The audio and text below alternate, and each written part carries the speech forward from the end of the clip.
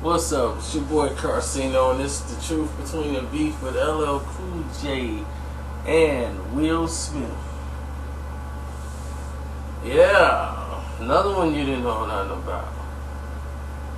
And I love that guy that always show up, come on. Oh, man, I knew about this. That cracks me up. Every time I hear that stuff, they don't be doing nothing to it. It'd be all news to him. No, I knew that. But anyway,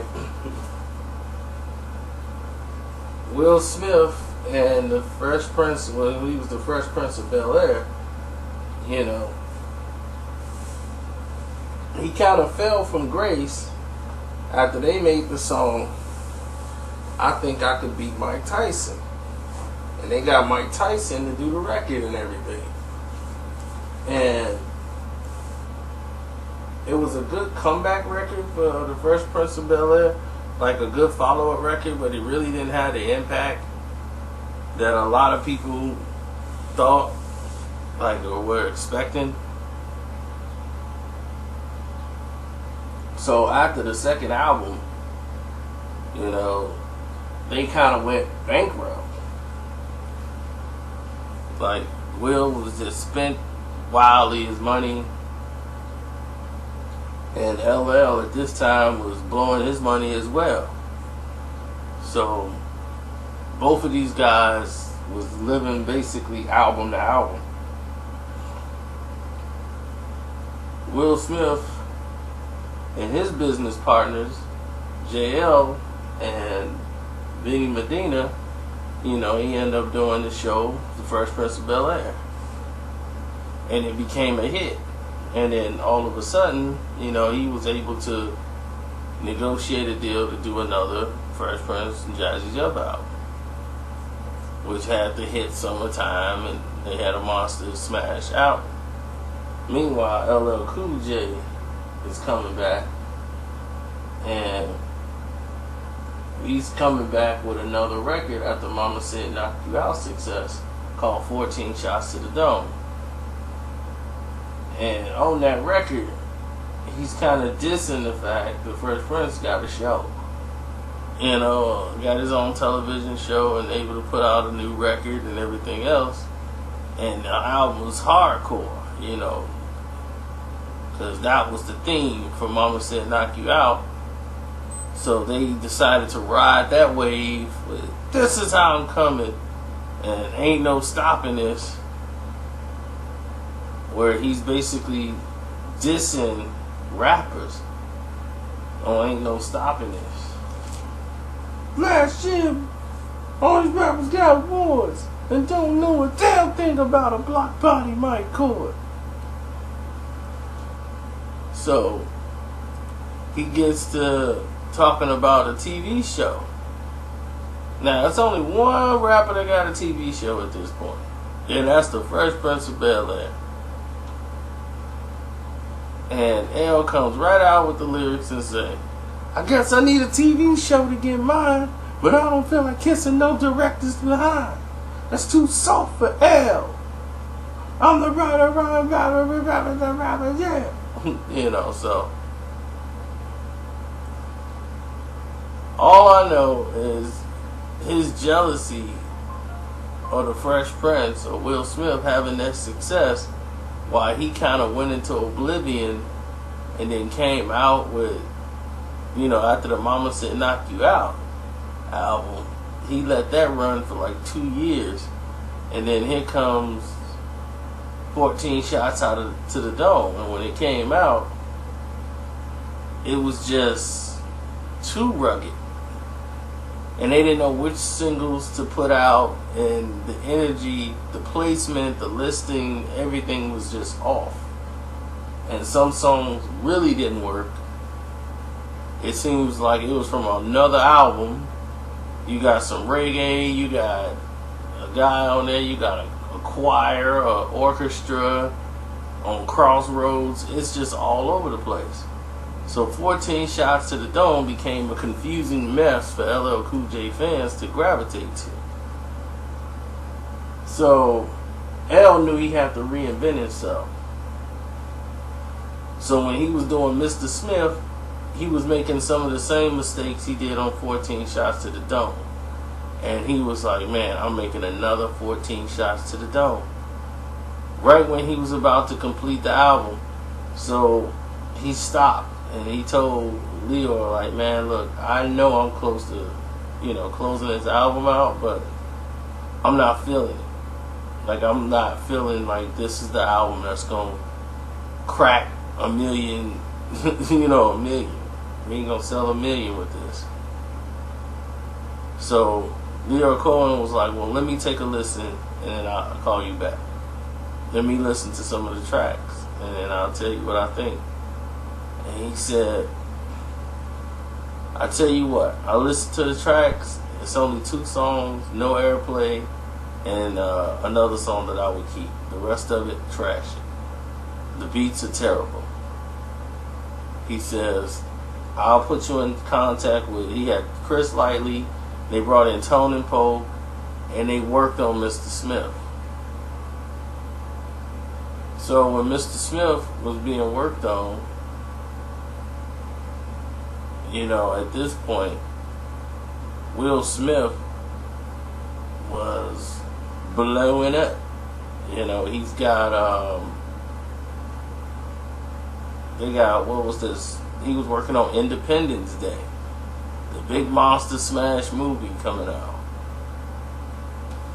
And Will Smith was bigger than life, growing into a mega star. So Mr. Smith comes out, it's a smash hit. LL's on top of the game again. So he's back on the top echelon. Will Smith is kind of in rap, but not really. But he came out with Big Willie style. He's smashing too. But LL, after this, wanted to ride the wave and go right into his next album.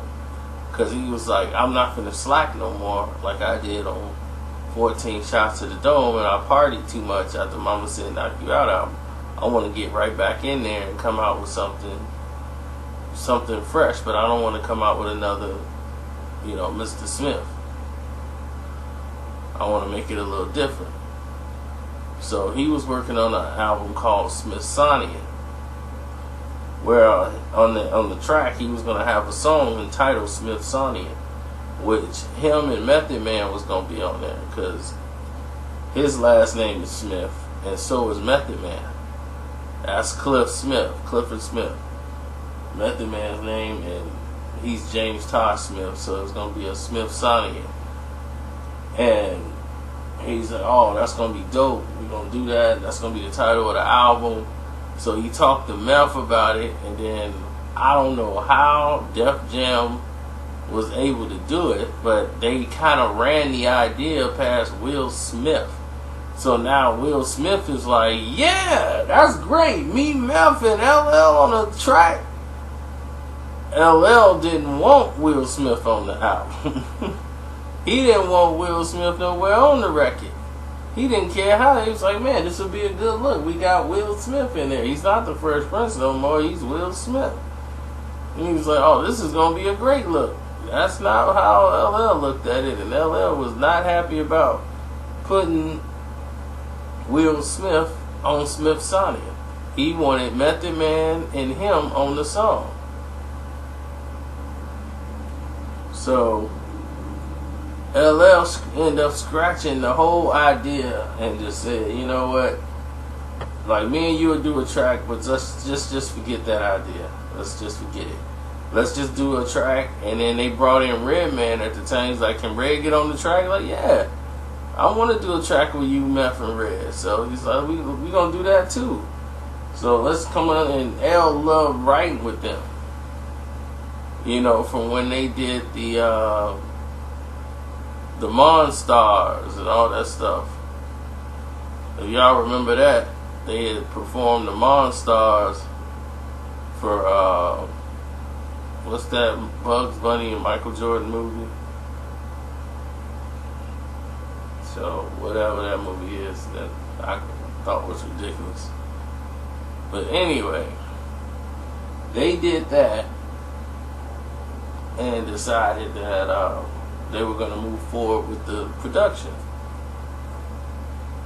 So Will, at this point, was like, man, like, okay, it just didn't happen, Will didn't care. Will was making his records, making money, and he's getting jiggy with it. So LL Cool J and them had a conversation, and it was Will Smith and all them guys out there, and LL had a show. That's what made it funny. LL eventually got a show called In the House, and then he was doing the TV show thing, and it was funny because he made fun about it just 2 years prior. Now he got a show that Quincy Jones put on. So now it was like, oh, now L looks like the hypocrite because he's got In the House, and he had just Will Smith. So they was at some party and they talked about it, and at this point L was in a whole different space. He was successful. His ego was in check, but L was competitive, and he had the cannabis beef going on. So he had this whole thing that took a back seat because cannabis was trying to mess up LL's credibility and his street appeal. Like with everything he had going on. So LL was in Y Club. He felt like, and Def Jam also felt that way too, like they were sabotaged and set up. But this was Def Jam's fault, and this is why LL said, "See, I told you about bringing in outside people. You should just let me keep it the way it was. Y'all brought Master P on my song, and I didn't want that. They tried to bring in Will Smith. I didn't want that. I told you, and it was nothing against Will Smith, as LL would say. It had nothing to do with him. It was just a creative process that we had working, and he didn't think Will Smith was going to work with the formula. So that's how that went. But you can make up your own mind as to where you think that beef went or whatever, or is it beef or whatever. And to me, it's more of a situation. LL has a competitive ego, very competitive, and he seemed like he wanted to do a situation, and then he ended up getting the situation himself, so then he was straight. Y'all tell me what y'all think. I'm out. Oh yeah, and Smithsonian became the Phenomenon album. I don't know if I said that. He changed the name to Phenomenon. And then they just did the song. Something like Phenomenon. And Diddy was in charge of that. Yeah, I'm out.